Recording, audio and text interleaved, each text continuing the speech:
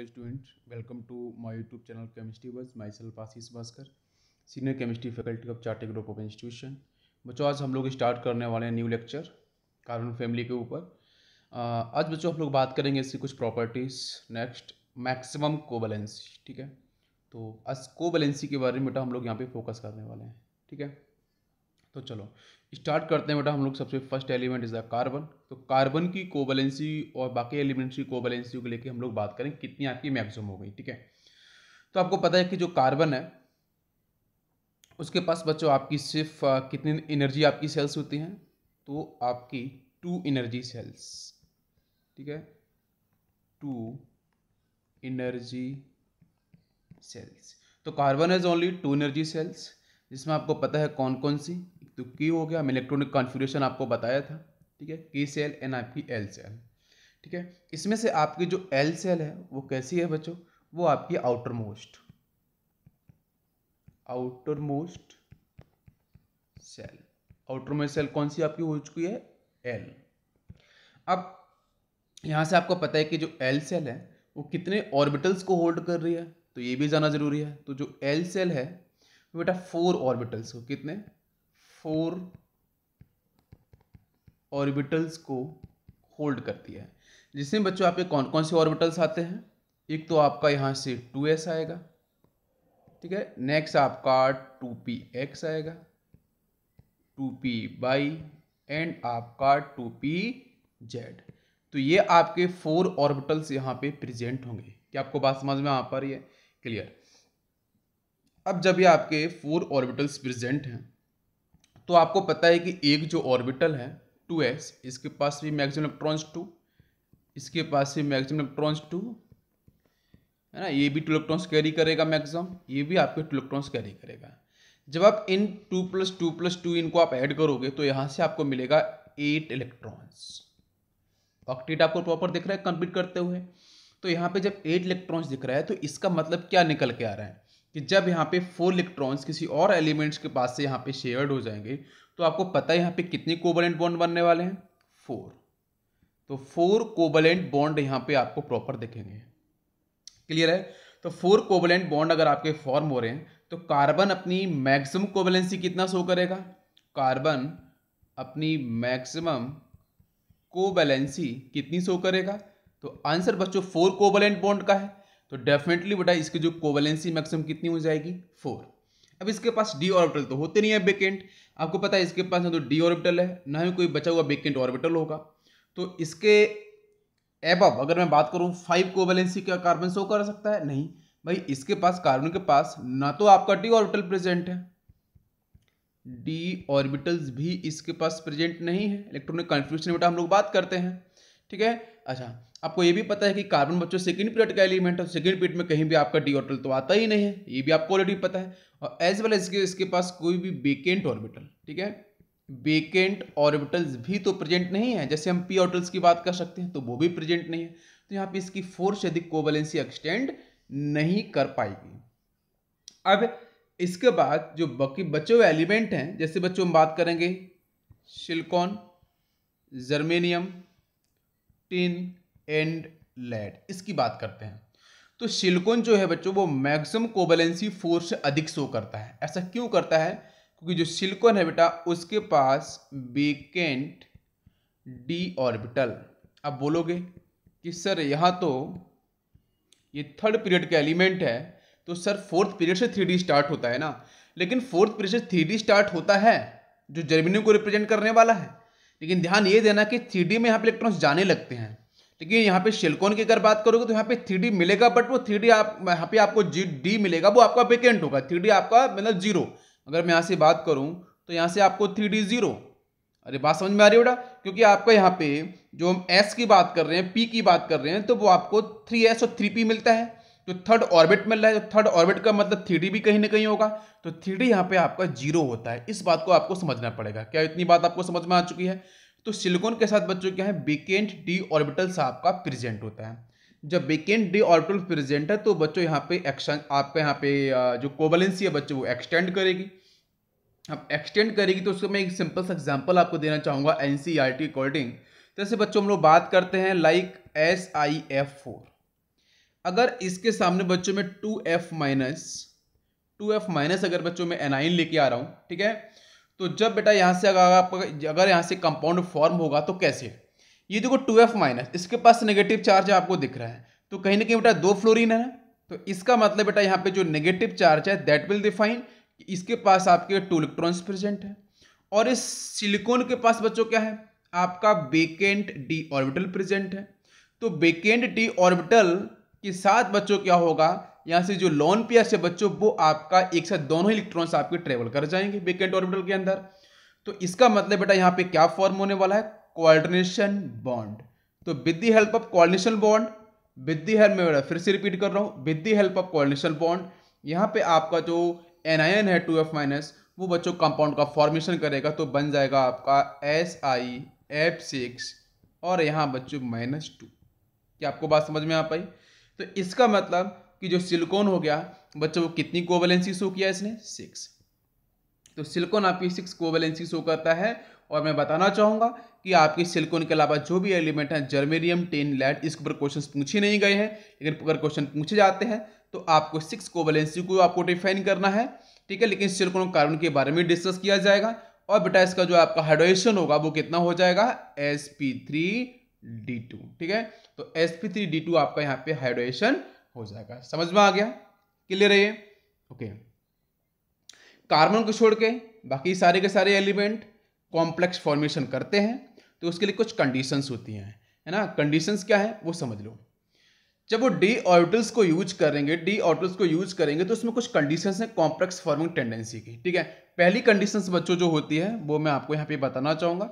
First condition बच्चों में यहाँ पे आपको बताता हूँ, स्मॉल साइज, ठीक है, small size of atom, very very important point. Small size आपका एटम और आयन का होना चाहिए, मस्ट कंडीशन है। सेकेंड बच्चों हम लोग बात करेंगे तो हाई चार्ज, मतलब हाई चार्ज डेंसिटी आपकी होनी चाहिए। और third is availability of vacant orbital of appropriate energy, ठीक है। मतलब तीसरा पॉइंट भी ध्यान रखना है आपको, अवेलेबिलिटी ऑफ, अगर वेकेंट ऑर्बिटल ही नहीं होंगे ना तो फिर बात कैसे बनेगी, availability of vacant orbital of appropriate energy. तो ये 3 कंडीशंस हैं जिसके बेस पे यहाँ पे आपका क्या होगा, जो फॉर्मेशन ऑफ कॉम्प्लेक्सेस हैं वो आपको सेटिस्फाइड करेगा। समझ में आ गया बेटा कोवैलेंसी के बारे में? Now comes reactivity. रिएक्टिविटी के ऊपर तो सबसे पहले बच्चों में बात करेंगे एसिड के साथ रिएक्टिविटी जो कार्बन फैमिली के एलिमेंट्स है वो किस तरीके से करते हैं, ठीक है। तो यहाँ पे एक इंपॉर्टेंट पॉइंट आपको ध्यान देना होगा बेटा, मैं यहाँ पे लिखने वाला हूँ नॉन ऑक्सीडाइजिंग एसिड्स, ठीक है। इसको समझो ध्यान से क्या है। जैसे अगर मैं बात करता हूँ कि कार्बन एंड सिलिकॉन, ये 2 एलिमेंट कार्बन फैमिली में ऐसे हैं जो बच्चों नॉन ऑक्सीडाइजिंग एसिड के अटैक करने के साथ यहाँ पे कोई भी रिएक्शन को परफॉर्म नहीं करते हैं। मतलब आप ऐसे बोल सकते हो कि जो नॉन ऑक्सीडाइजिंग एसिड है वो अटैक नहीं करते हैं कार्बन के ऊपर और सिलिकॉन के ऊपर। अब एक क्वेश्चन बनेगा कि सर नॉन ऑक्सीडाइजिंग एसिड्स होते क्या हैं, तो वो भी आप जान लो बेटा। ऐसे आपके एसिड्स, मैं इसके बारे में बात कर रहा हूँ नॉन ऑक्सीडाइजिंग एसिड्स के बारे में, ऐसे एसिड्स जो बच्चों एनाइन देते हैं जब उनका हाइड्रोलिसिस होगा, पहचानने का तरीका बता रहा हूँ मैं, वहाँ पे आपको जो एनाइंस मिलेगा। तो अब एक यहाँ पे इंपॉर्टेंट पॉइंट ये होता है ऑक्सीडेंट और आपका रिडक्टेंट, ठीक है। तो non oxidising acids gives anions, ठीक है, that do not act as oxidant, वो ऑक्सीडेंट्स के तरीके से वर्क नहीं करते हैं। और इनकी जो के वैल्यू होती है, मैं पी के बारे में बात कर सकता हूं कि इनकी जो पी के वैल्यू होती है ये लेस देन -2, मतलब -2 से बेटा काफ़ी आपकी कम वैल्यू रहेगी। और इसके अगर पीएच के बारे में बात करोगे आप तो pH that is around less than आपका हो जाएगा 2, राइट। पीएच भी आपका यहाँ पे लेस देन 2 रहेगा। इसमें कुछ कॉमन एग्जाम्पल्स हैं नॉन ऑक्सीडाइजिंग एसिड्स के, जैसे बच्चों HCl हो गया, हाइड्रोक्लोरिक एसिड हो गया, जैसे बेटा आपका हाइड्रो आयोडिक एसिड हो गया, हाइड्रो आयोडिक एसिड हो गया। कुछ कॉमन एग्जाम्पल है वो आपको ध्यान रखना है, जैसे बेटा हाइड्रोब्रोमिक एसिड हो गया, ठीक है, हाइड्रो ब्रोमिक एसिड हो गया। तो ये कुछ कॉमन एग्जांपल्स हैं जिनके साथ आपका कार्बन और सिलिकॉन आपका इजीली रिएक्शन को परफॉर्म नहीं करता है। तो इसको हम लोग क्या बोलते हैं, नॉन ऑक्सीडाइजिंग एसिड्स। क्लियर है। चलो अब ये तो बात है समझ में आ गई। अब आते हैं जर्मेनियम की तरफ। तो बेटा जर्मेनियम की अगर मैं बात करूं तो जर्मेनियम बच्चों आपके डाइल्यूट HCl के साथ रिएक्शन परफॉर्म नहीं करता है। ठीक है, तो फिर कैसे करेगा। तो यहाँ पे जो आपको मेटल है जर्मेनियम, अगर इसके साथ बच्चों में क्या करता हूँ, ध्यान देना, अगर इसके साथ बच्चों में करता हूँ स्ट्रीम, मतलब हॉट आपका रहेगा, स्ट्रीम ऑफ HCl अगर मैं पास कराऊँ, ध्यान दो, अगर मैं स्ट्रीम ऑफ HCl पास कराऊंगा तो फिर बच्चों यहाँ से आपको आंसर मिलेगा बच्चों जर्मेनियम क्लोरोफॉर्म। जर्मेनियम क्लोरोफॉर्म का आपका यहाँ पे एज ए प्रोडक्ट आपका फॉर्मेशन होगा। तो now comes the reaction germanium plus HCl। ये बच्चों यहाँ पे क्या है, स्ट्रीम ऑफ HCl है, डाइल्यूट नहीं है, वहाँ पे रिएक्शन परफॉर्म नहीं करेगा। तो यहाँ से बच्चों आंसर मिलेगा GeHCl3 प्लस बच्चों यहाँ से H2 गैस आपकी रिलीज होगी। तो now this is called germanium chloroform. जैसे बच्चों हम बात करते हैं CH-Cl3 क्लोरोफॉर्म, बेटा आपका ये आपको पता है CH अपने ऑर्गेनिक केमिस्ट्री में हम लोग इसका प्रिपरेशन पढ़ते हैं, इसका हम प्रोडक्शन भी देखते हैं कि किस तरीके इसको हम लोग प्रोडक्ट कर सकते हैं। तो देखो बच्चों यहाँ पे आपका जो आपको मॉलिक्यूल रखा है CH-Cl3, तो उसी तरीके से बच्चों ये देखो आपका कार्बन यहाँ पे रहा है, बेटा जर्मेनियम इसी फैमिली से बिलोंग कर रहा है, बाकी 1 हाइड्रोजन Cl आपका 3। तो now this is called germanium chloroform यहाँ पे आपका फॉर्म हो चुका है। इसको बैलेंस कर सकते हैं, 3 क्लोरीन है तो यहाँ पे मैं 3 का मल्टीप्लाई कर देता हूँ और 2 और 1 आपका हाइड्रोजन, सब कुछ आपका बैलेंस हो गया। तो ये रिएक्शन आपको समझ में आ चुकी है। ओके, नेक्स्ट इसके बाद बच्चों हम लोग बात करेंगे टिन के बारे में, ध्यान देना। तो टिन को लेके हम लोग यहाँ पे स्टडी करने वाले हैं। ठीक है, SN, इसको हम करते हैं रिप्रेजेंट SN से।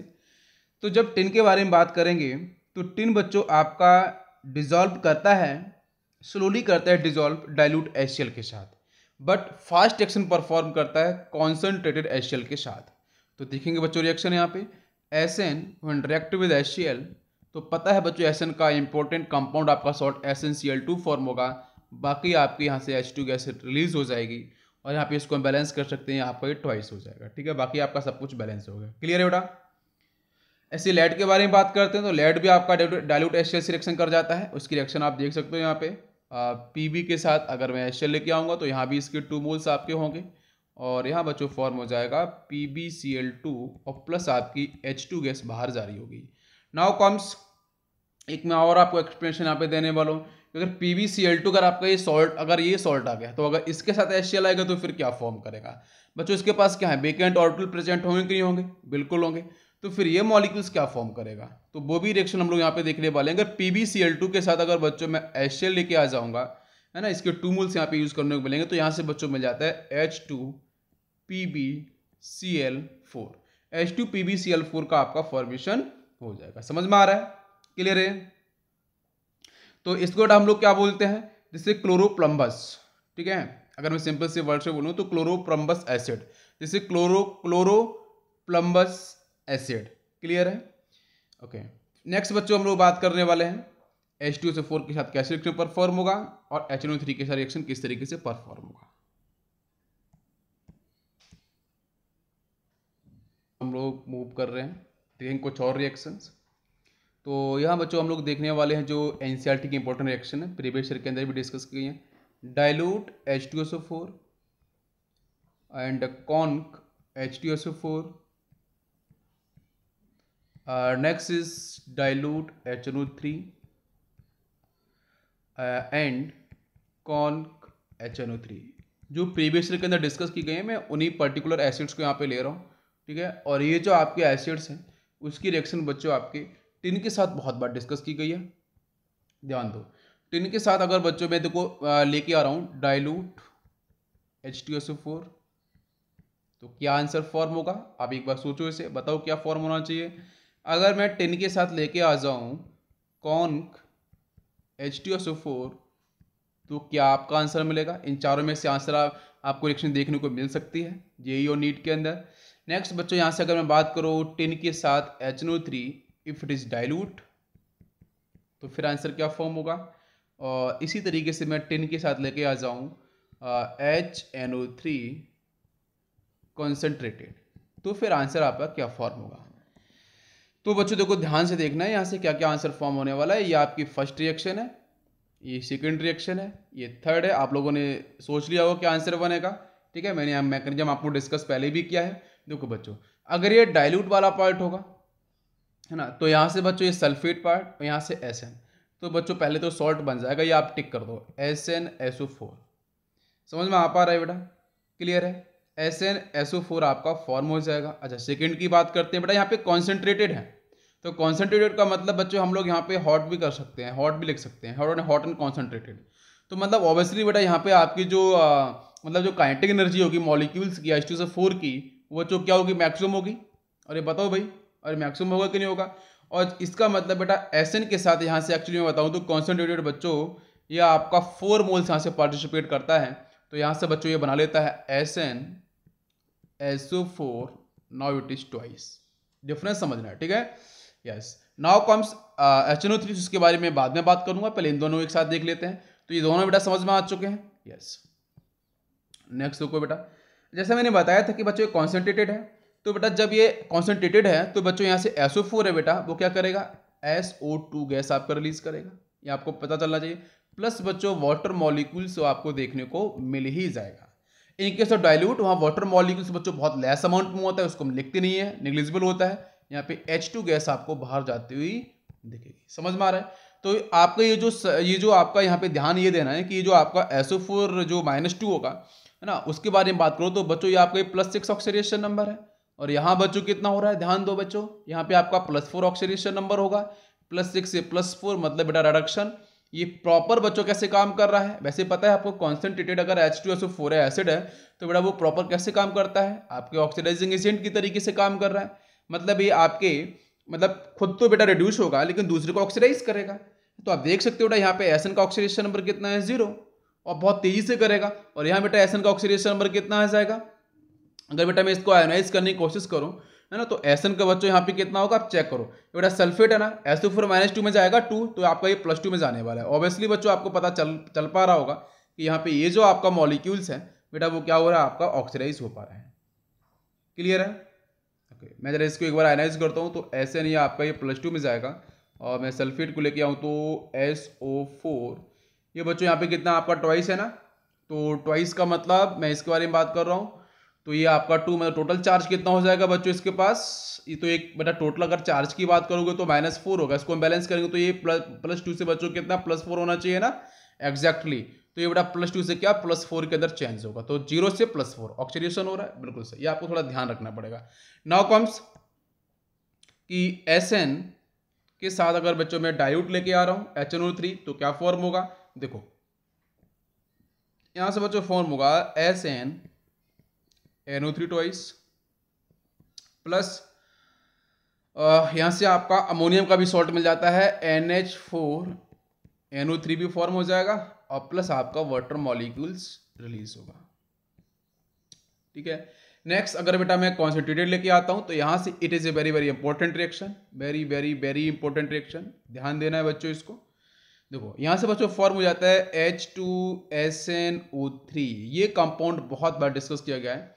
प्लस बच्चों यहां से बिकॉज ऑफ NO2 कॉन्सेंट्रेटेड है, तो अगर यहाँ पे H2SO4 बेटा कॉन्सेंट्रेटेड था तो SO2 गैस रिलीज हुई थी, तो बेटा HNO3 से बच्चों कौन सी गैस रिलीज होगी बच्चों, NO2 gas, if it is concentrated, keep in mind. तो बच्चों NO2 गैस और बाकी आपको मिलेगा वाटर मॉलिक्यूल्स। ठीक है। अब बेटा इसका नाम क्या होगा H2SnO3 का, this is called metastannic acid, this is called metastannic acid. मतलब कॉन्सेंट्रेटेड होगा तो ही बच्चों यहां से आपकी गैस देखो रिलीज हो रही है, यहां से SO2 हो रहा है, यहां से NO2 हो रहा है ना, बाकी में तो कोई दिक्कत नहीं है। बाकी इसके अंदर जो मेन इंपॉर्टेंट जो आपका मेजर प्रोडक्ट है उसको आपको ध्यान रखना पड़ेगा, है ना, बाकी इसमें ऐसा कोई कंफ्यूजन है नहीं। तो अब चलते बच्चों हम लोग कुछ और रिएक्शंस की तरफ। ओके, नेक्स्ट बच्चों हम लोग बात करेंगे रिएक्शन विद एल्कलीज। ठीक है, इसमें आपकी दो तीन रिएक्शन आपकी इंपॉर्टेंट है, उसको मैं आपको यहाँ पे कराऊंगा। देखो बच्चों, कार्बन के साथ अगर आपका एल्कलीज आता है,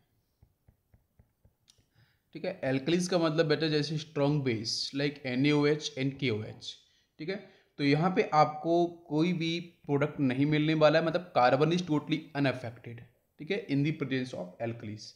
लेकिन जब हम बात करते हैं सिलिकॉन की तरफ, तो सिलिकॉन बच्चों रिएक्शन को परफॉर्म करता है लेकिन बहुत स्लोली करता है, बहुत स्लो रिएक्शन परफॉर्म करता है ना। किसके साथ बच्चों, अगर मैं लिखूँ यहाँ पे एक्वस NaOH, तो इसके साथ स्लो करेगा। बाकी अगर बच्चों में यहाँ पे कॉन्सनट्रेटेड NaOH लेके आ जाऊँ तो रिएक्शन बेटा फास्ट हो जाएगी, ठीक है। तो देखना ये बेटा सिलिकॉन, इसके साथ बच्चों में लेके आ रहा हूँ लाइक NaOH एक्वस। ये बच्चों मैंने आपको जब मैं मैकेनिज्म आपको डिस्कस कर रहा था स्टार्टिंग लेक्चर आप सर्च कर सकते हो वहाँ पे, तो वहाँ पे मैंने NaOH की सारी के सारी रिएक्शंस को डिस्कस करके रखा है, क्योंकि बहुत जगह आपको देखने को मिलती हैं, इसलिए इंपॉर्टेंट रिएक्शंस बनती है। तो आपको पता है कि जो एक्वस पार्ट है इसका बेसिक मैकेनिज्म आपको पता है, water molecules first react with silicon, है ना।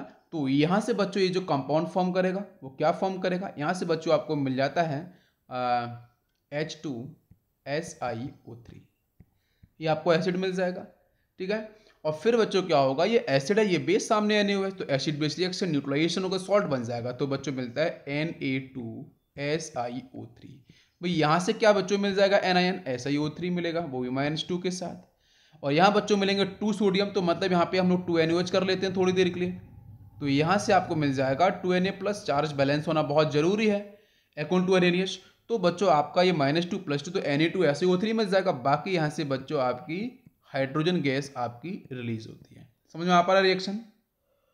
बाकी जो 10 है वो लेड है, वो तो बच्चों बहुत ही स्लोली रिएक्शन परफॉर्म करता है आपके एल्कलीज के साथ, ठीक है। अगर हॉट होगा तो थोड़ा सेक्शन काफ़ी तेजी से परफॉर्म करेगा, है ना। तो वहाँ से आपको लगभग मिल जाता है स्टेनेट और आपको प्लम्बेट, है ना, कुछ इस तरीके से आपको मिल जाता है। मैं आपको थोड़ा रिएक्शन बताना चाहूँगा कि SN के साथ अगर NaOH आएगा, एक्वस NaOH, तो यहाँ से आपको मिलेगा Na2SnO3। बड़ा रिएक्शन उसी तरीके से परफॉर्म हो गई जैसे हम लोगों ने अभी ये फर्स्ट रिएक्शन को सॉल्व किया है, ठीक है।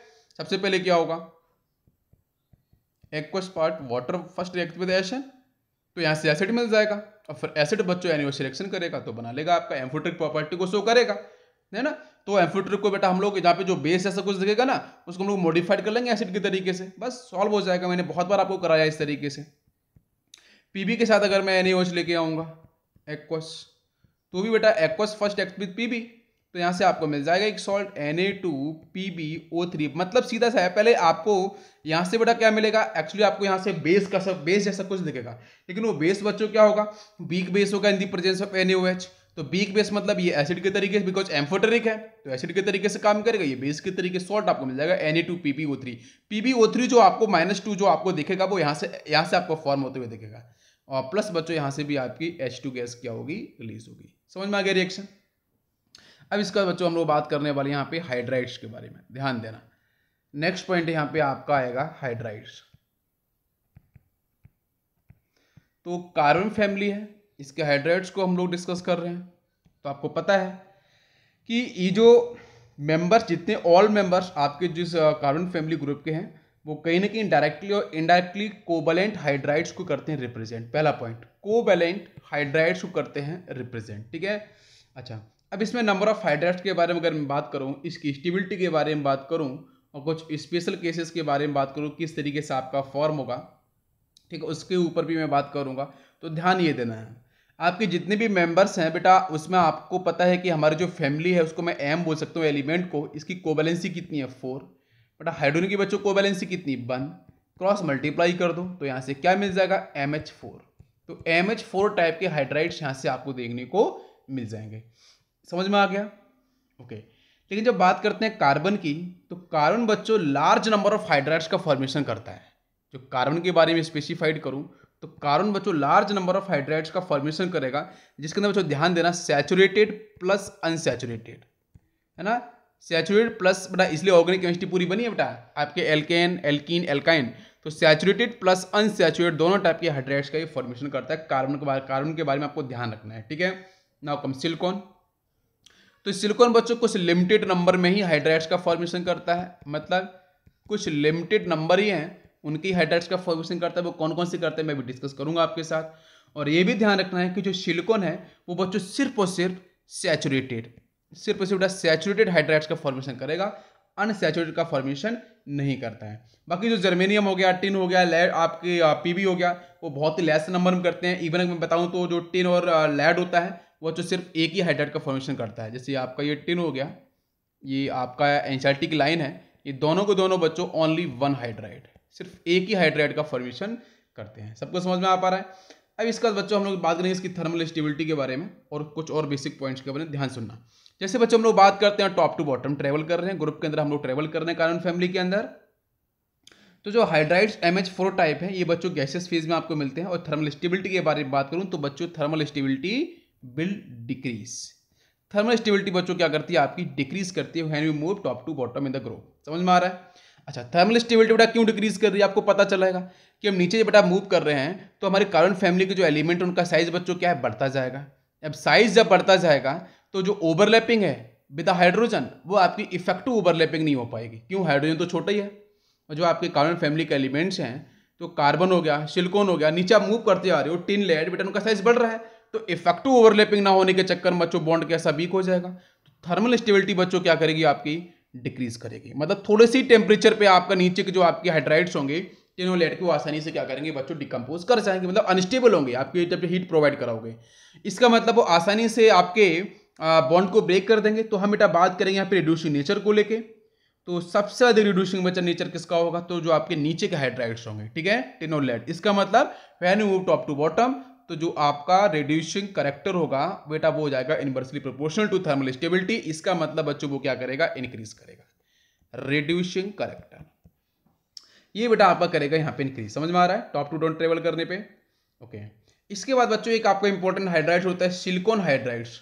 वो बच्चों बहुत ही मतलब हम उसे बोलें तो अनस्टेबल, मतलब बहुत ही लीस्ट स्टेबल, ठीक है, इन द हाइड्रोलिसिस प्रोसेस। तो वो कैसे होगा उसके ऊपर कुछ हम लोग बात करने वाले हैं स्टेटमेंट में। चलते हैं नेक्स्ट पॉइंट पे। मैंने एक आपको रिजल्ट लिखा है यहाँ पे हाइड्राइड्स ऑफ सिलिकॉन, इसके बारे में हम लोग बात कर रहे हैं जिसको बेटा हम लोग बोलते हैं सिलेन। क्या बोलते हैं? सिलेंस, ठीक है। Are much more reactive than alkanes, ठीक है। What is the reason? तो रीजन बच्चों ध्यान से देखना। पहला बेटा आपका जो रीजन होता है इलेक्ट्रोनेगेटिविटी, ठीक है। कार्बन की जब इलेक्ट्रोनेगेटिविटी की हम लोग बात करते हैं तो बच्चों इसकी वैल्यू होती है 2.5। आपको मैंने सब कुछ डिस्कस ऑलरेडी करके रखा है। सिलिकॉन की अगर इलेक्ट्रोनेगेटिविटी की बात करते हैं तो ये 1.8 होती है। और अगर बच्चों में बात करूँ हाइड्रोजन के बारे में, क्योंकि हम लोग सिलेन और एल्केन के बारे में बात कर रहे हैं, तो बच्चों कार्बन आपके हाइड्रोजन के साथ बच्चों बॉन्डेड होगा और सिलिकॉन बच्चों जब हाइड्रोजन से बॉन्डेड होगा तो बेटा सिलेंस बोलते हैं। तो हाइड्रोजन का बच्चों होता है आपका 2.1, जैसे फॉस्फोरस का होता है, बताया था मैंने हिंदुस्तान पेट्रोलियम, उसी तरीके से तो फॉस्फोरस का भी 2.1 ही होता है। अब देखो तो यहाँ पे दो टाइप की बॉन्डिंग आपको दिखने वाली है। पहली बॉन्डिंग दिखने वाली बच्चे कार्बन के साथ हाइड्रोजन वाले, इसको हम लोग एल्केन फैमिली के अंदर डालते हैं। बाकी 3 बैलेंस यहाँ पे इस तरीके से फ्री होगी, है ना, वहाँ भी आप जोड़ सकते हो हाइड्रोजन। और नेक्स्ट बच्चों आपको मिलेगा सिलिकॉन के साथ ये हाइड्रोजन, बाकी आप बैलेंस को इस तरीके से अटैच कर सकते हो। तो ये जो 2 बॉन्ड बन रहे हैं इसके हम इलेक्ट्रोनेगेटिविटी डिफरेंस को लेके बात करेंगे। आपको बेटा इसका कार्बन कितना 2.5, इसका 1.8 है। बेटा सिलिकॉन की तरफ अगर बेटा बात करोगे तो इसका 1.8 है और इधर बच्चों कितना है 2 मतलब हाइड्रोजन का बच्चों फिक्स है 2.1 है और इधर आपका कार्बन कितना है मैं लिख देता हूँ 2.5 और हाइड्रोजन का बच्चों आपको कितना मिलेगा 2.1 and for the silicon that is 1.8 and for the hydrogen 2.1। क्या आपको मेरी बात समझ में आ पा रही है? तो यहाँ से आप जब हम डिफरेंस निकालते हैं तो डिफरेंस निकालने के बाद देखेंगे वैल्यू किस तरीके से आपकी चेंज होती है। तो बच्चों आप देखो यहाँ पे मैं जो डिफरेंस के बारे में बात कर रहा हूँ तो यहाँ बच्चों 0.4 आएगा, यहाँ पे 0.3 आएगा।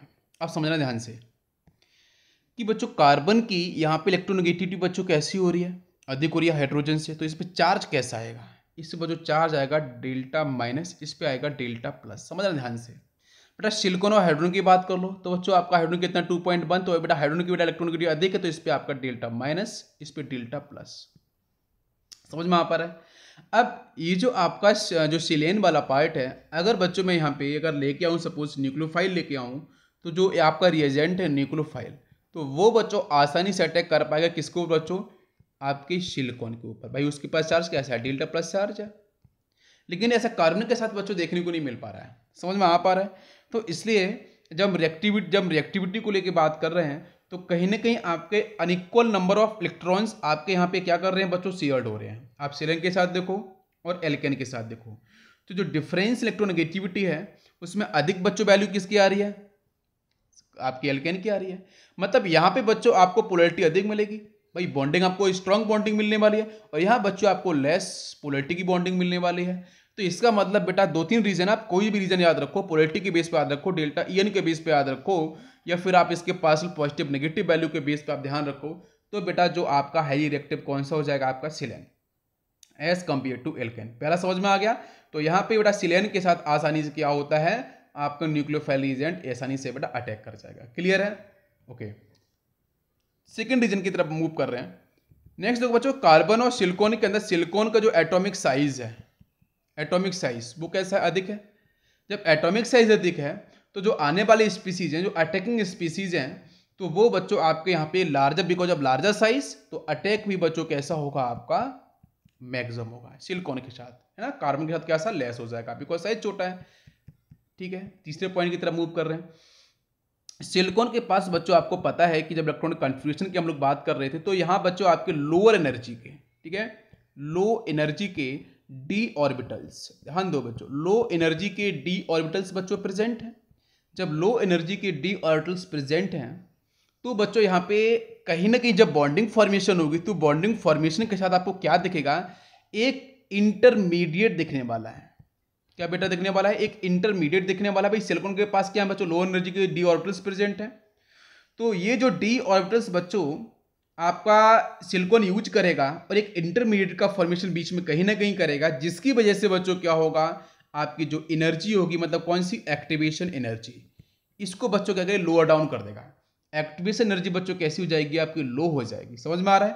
और फिर प्रोसेस बेटा आपका जो रिएक्शन होगा वो आपका काफी तेजी से फिनिश हो जाएगा। It will convert into the product. क्या आपको मेरी बात समझ में आ पाई।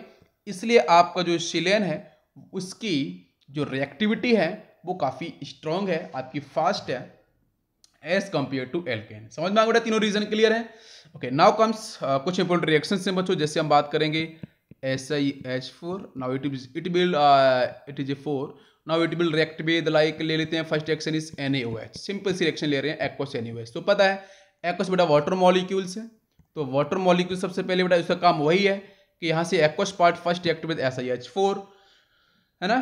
तो यहाँ से आपका बनाएगा H2SiO3, देखो H2SiO3 बना लेगा एसिड, ये एसिड, ये base, NaOH base, acid base reaction, neutralisation. तो आंसर आपको क्या मिलने वाला है, पहला आपको मिलेगा प्रोडक्ट Na2SiO3 और प्लस बच्चों आपको मिलेगा H2 गैस बाहर जाती हुई। समझ में आ पाया आपको। नेक्स्ट देखो, अगर बच्चों मैं यहाँ पे नेक्स्ट रिएक्शन की तरफ मूव करूँ तो SiH4 if it is react with water molecules, hydrolysis की बात कर रहे हैं, तो बच्चों हाइड्रोलिसिस भी यहाँ पे आसानी से परफॉर्म होगा और यहाँ से बच्चों आपका जो कंपाउंड फॉर्म होगा वो एसिड फॉर्म हो जाएगा H2SiO3। मैंने थोड़ी देर पहले बताया भी था आपको, फिर NaOH रिएक्शन की थी इसके साथ, और प्लस बच्चों यहाँ से भी आपको रिलीज होगी हाइड्रोजन गैस। कुछ और रिएक्शन की बात कर लेते हैं। जैसे अगर बच्चों में बात करूँ तो क्लोरीन के साथ SiH4 रिएक्ट विद क्लोरीन, क्या आंसर मिलेगा, सिलिकॉन बच्चों यहाँ से बाहर निकल जाएगा और प्लस बच्चों यहाँ से आपका ये HCl, ठीक है, ये आपका इधर से बाहर चला जाएगा। समझ में आ पा रहा है आपको, सिलिकॉन प्लस आपके 4 मोल्स ऑफ HCl। इसके बाद बच्चों हम लोग बात करेंगे इसकी स्टेबिलिटी के ऊपर, ठीक है। तो आपको पता है डाउन द ग्रुप में जा रहा था, तो वहाँ पे आपका जो एलिमेंट के साथ जो बेटा हाइड्रोजन बॉन्ड था, बेटा हम बात कर रहे हैं हाइड्राइड्स के बारे में, तो कार्बन फैमिली के जो बच्चों एलिमेंट्स M और बेटा हाइड्रोजन आपका H, तो ये जो बॉन्ड आपको दिख रहा था वो बच्चों डाउन द ग्रुप जाने पे आप एक कार्बन फैमिली के जो एलिमेंट है उनका साइज बच्चों क्या होता है, बढ़ता है। जब उनका साइज इंक्रीज करता है तो यहाँ पे बच्चों हाइड्रोजन के साथ बच्चों क्या है, भाई H छोटा साइज का है, आपके एलिमेंट का साइज बेटा बढ़ता जा रहा है कार्बन फैमिली के, तो ओवरलैपिंग जो होगी बच्चों पुअर ओवरलैपिंग होगी, और पुअर ओवरलैपिंग होने की वजह से बेटा एक रीजन और होता है कि लार्ज डिफरेंस जो साइज है ना उसका जो डिफरेंस बहुत ज्यादा होता जाएगा, तो पुअर ओवरलैपिंग होगी, पुअर ओवरलैपिंग होगी तो वीक कोवैलेंट बॉन्ड का फॉर्मेशन, ठीक है। तो यहां से आपको मिलेगा वीक कोवैलेंट बॉन्ड, तो वीक कोवैलेंट बॉन्ड मिलने से आपकी जो स्टेबिलिटी होती है वो आपकी डिक्रीज करती है। तो डाउन द ग्रुप जाने पे स्टेबिलिटी क्या बच्चों, डिक्रीज। जैसे हम बात करेंगे GH4 जर्मेनियम का हो गया, SN का हो गया, PB का हो गया, वो बच्चों बहुत ही कैसे हो जाते हैं आपके अनस्टेबल, वो आसानी से आपके ब्रेक और डिसोशिएट हो जाएंगे। समझ में आ गया। अब चलते हैं बच्चों हम लोग नेक्स्ट पॉइंट पे, हैलाइड्स की तरफ कर सकते हैं। कि अगर बेटा आपको प्योर, ठीक है, प्योरेस्ट फॉर्म ऑफ सिलिकॉन चाहिए, क्योंकि सिलिकॉन बच्चों हमारी इंडस्ट्री के अंदर बहुत यूज आपको देखने को मिलता है एज ए सेमी कंडक्टर, ठीक है, सेमी कंडक्टर बेटा एज ए यूज इसका बहुत है। तो प्योरेस्ट सिलिकॉन पाने के लिए बच्चों एक सिंपल से मैं आपको प्रोसेस बताऊँ बेटा, पायरोलिसिस प्रोसेस, ठीक है। किसका बेटा पायरोलिसिस कराना है आपको? मोनोसिलिकॉन का।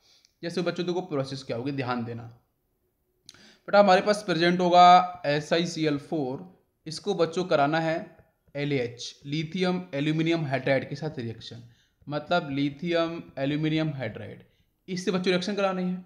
तो यहाँ से बच्चों आपको क्या मिल जाएगा? SiH4 मिल जाएगा सिलेन आसानी से, ठीक है। अब यहाँ से तो बच्चों आपको पता है ना H- निकलने वाला है, ठीक है। तो ये बेटा क्या होगा, ये इससे थोड़ी मिक्स करेगा, समझ में आ पा रहा है आपको? ये तो बच्चों क्लोरीन होगा ना, वो इधर चला जाएगा बेटा एल्यूमिनियम के साथ, ठीक है, AlCl3 बना लेगा, है ना, वो आपका इधर आपका शिफ्ट होगा। यहाँ से बेटा जो ऐसा ही होगा, है ना, उसको बेटा वो पॉजिटिव होगा तो ये it will react with hydrogen, तो ऐसा ही H4 का फॉर्मेशन कर लेगा। ये प्रोसेस को समझ में आना चाहिए। अब इसको बच्चों कुछ नहीं कराना है, इन द अब्सेंस ऑफ एयर की अब्सेंस में, जिसको बेटा आप लोग यहाँ पे बोल सकते हैं पायरोलिसिस हम लोग करा रहे हैं मोनोसिलिकॉन्स का। Monosilicon, this is a monosilicon in the presence, in the absence of air. तो यहाँ से बच्चों आपको मिल जाएगा सिलिकॉन, ये प्योर, इसकी प्योरिटी आपकी बहुत ज़्यादा होगी और इसे बेटा हम लोग इंडस्ट्री के अंदर एज ए सेमी कंडक्टर हम लोग लार्ज अमाउंट में यूज कर सकते हैं। समझ में आ गया? यस। अब बच्चों हम लोग यहाँ पे स्टडी करने वाले हैं, next point is the halide. Carbon family के जो हैलाइड्स हैं उसके ऊपर हम लोग यहाँ पे डिस्कशन करने वाले हैं। ओके, तो हैलाइड्स के बारे में बच्चों हम लोग यहाँ पे बात कर रहे हैं। तो कार्बन फैमिली के जो आपके एलिमेंट्स हैं, जो मेंबर्स हैं बेटा, वो फॉर्म करते हैं MX4 टाइप आपके हैलाइड्स।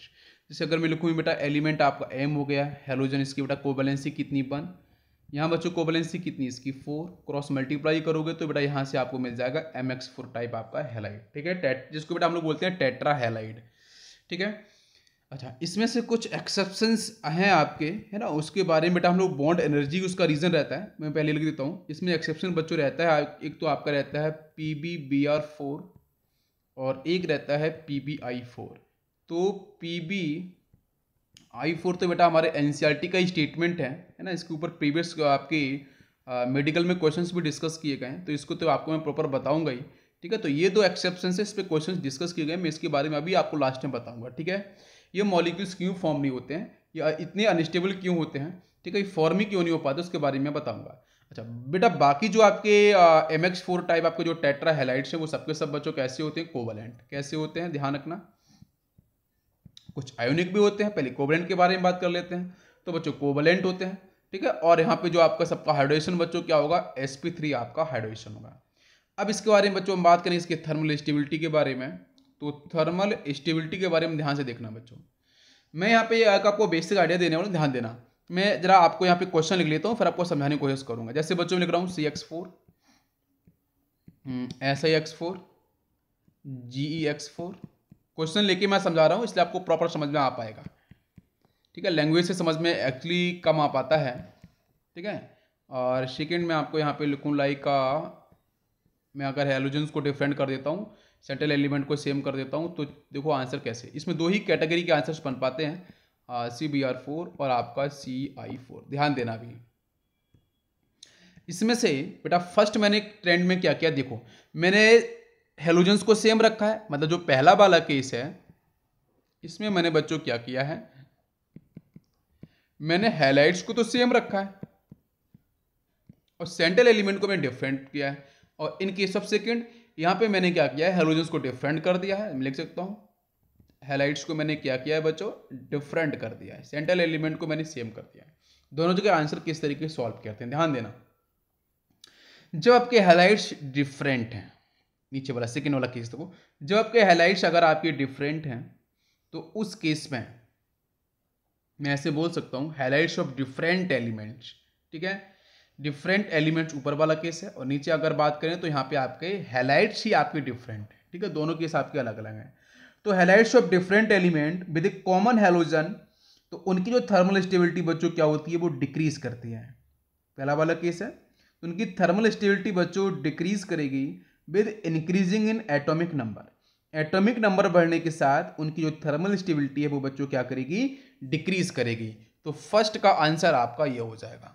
मतलब जब आपके हैलाइड सेम होंगे और सेंट्रल एलिमेंट डिफरेंट होंगे, है ना, तो उस केस में आपको ध्यान रखना है कि एटॉमिक नंबर के इंक्रीज होने पे आपका जो थर्मल स्टेबिलिटी है वो बच्चों हैलाइड से क्या करेगा, डिक्रीज करेगा।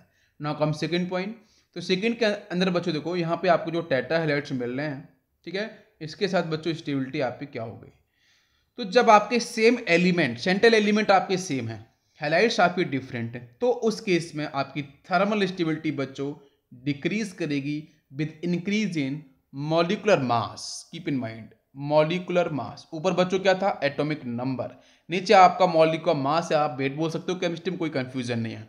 तो दोनों का रीजन आप डिफरेंट रखना, ऊपर एटॉमिक नंबर, यहाँ पे कंफ्यूजन होता है, और यहाँ पे आप मॉलिक्यूलर वेट कभी ऊपर कर देते हो कभी नीचे कर देते हो, तो नीचे आपको मॉलिक्यूलर वेट के बेस पे आपका सॉल्व होगा। तो इसका जो आंसर होगा वो इस तरीके से आपका मूव करेगा। समझ में आ पा रहा है, क्लियर है। तो हैलाइड्स की स्टेबिलिटी के ऊपर के क्वेश्चंस बनेंगे, डेफिनेटली आप कर पाओगे। अब इसके बाद बच्चों हम लोग यहाँ पे कुछ और स्पेसिफिकेशन के बारे में बात करेंगे।